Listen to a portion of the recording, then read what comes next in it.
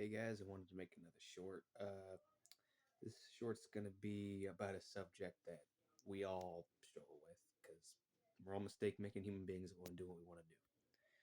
Alright? Submission is a hard thing to do. Excuse me. Submission is a hard thing to accomplish because it requires a great deal of faith and trust.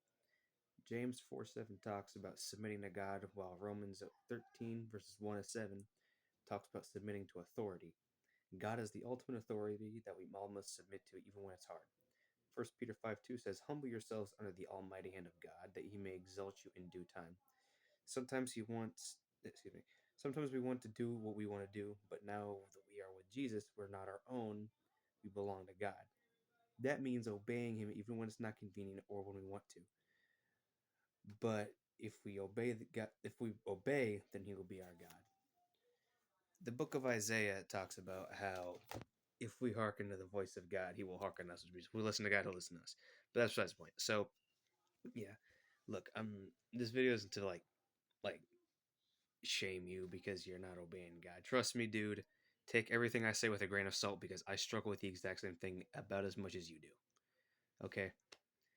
But look, if you struggle with submission, I know because I know that Jesus can help you because Philippians 4:13 says I can do all things through Christ who strengthens me.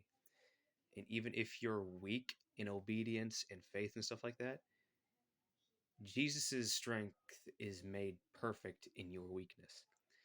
And I know that if you ask God for strength, he will help you get the strength to submit. Okay?